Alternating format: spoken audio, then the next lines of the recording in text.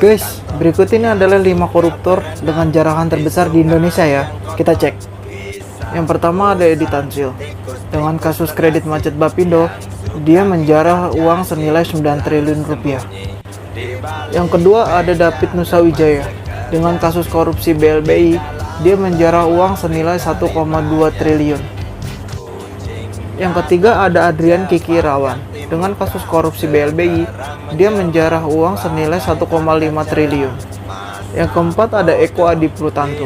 Dengan kasus yang sama yaitu kasus korupsi BLBI, dia menjarah uang senilai 2,6 triliun. Dan yang kelima ada Mario Pauline. Dengan kasus fiktif LC Bank BNI, dia menjarah uang senilai 1,7 triliun. Kisruh pengadaan satelit komunikasi pertahanan seharusnya tidak terjadi jika pemerintah mengadakan tender dengan transparan dan menunjuk pemenangnya secara kredibel berdasarkan kemampuan finansial. Akibat kisruh ini, pemerintah terancam harus membayar denda 300 miliar rupiah di arbitrase internasional dan kehilangan spot sangat strategis di orbit 123, Bujur Timur. Saya Wahyu Diatmika dan inilah Opini TV.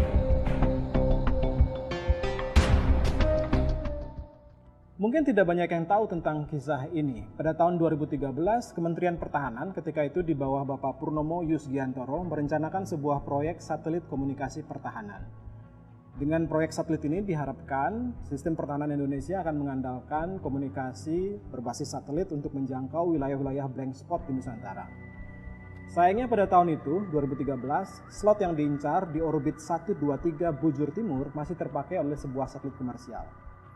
Kesempatan terbuka pada tahun 2015 ketika satelit Garuda 1 ketika itu keluar dari orbit.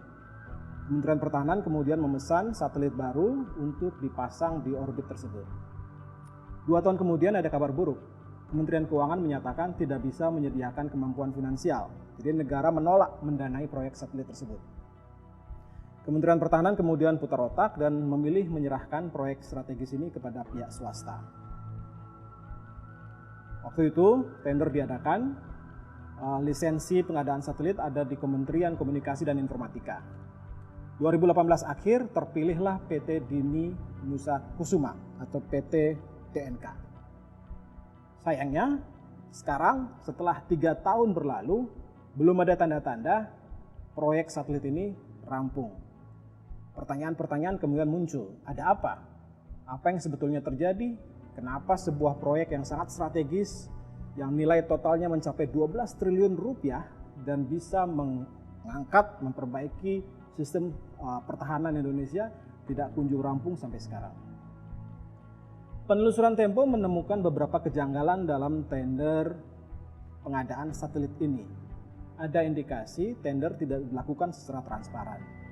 Beberapa informasi menyebutkan bagaimana sejumlah nama terlibat, termasuk salah satu diantaranya adalah Menteri Koordinator Politik Hukum dan Keamanan ketika itu Bapak Wiranto. Ada beberapa negosiasi yang terjadi dan salah satu poinnya adalah kesediaan pemenang tender, dalam hal ini PT DNK, untuk menutup biaya denda sebesar 300 miliar rupiah yang seharusnya dibayar pemerintah karena kalah di arbitrase internasional menghadapi PT Avanti Communication yang menyewakan satelit Artemis kepada pemerintah. Artinya sampai sekarang pun ancaman komunis masih tetap ada? Bukan komunis seperti PKI itu. Tapi komunis bentuknya berbeda? Pasti tidak akan sama. Mereka tidak mengulangi kekonyolan mereka dong, udah gagal. Ancaman tetap ada, meskipun bukan komunisme seperti yang kita kenal, seperti yang kita tahu. Tapi ancaman itu tetap ada. Apa yang harus dilakukan terhadap generasi muda, Prof, supaya peristiwa serupa di tahun 65 tidak terulang lagi? Meskipun nanti, tadi Prof sudah mengatakan, bentuknya akan berbeda. Tidak akan mungkin lagi PKI bentuknya sama seperti tahun 65. Mendidik mereka. Saya kira keputusan Jenderal Normantio untuk nonton bareng itu adalah bagian dari langkah itu. Bahwa orang ribut memprotes dengan mengatakan, itu jangan diungkit-ungkit lagi. Nggak bisa.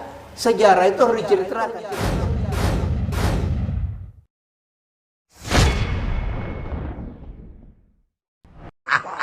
Mantap.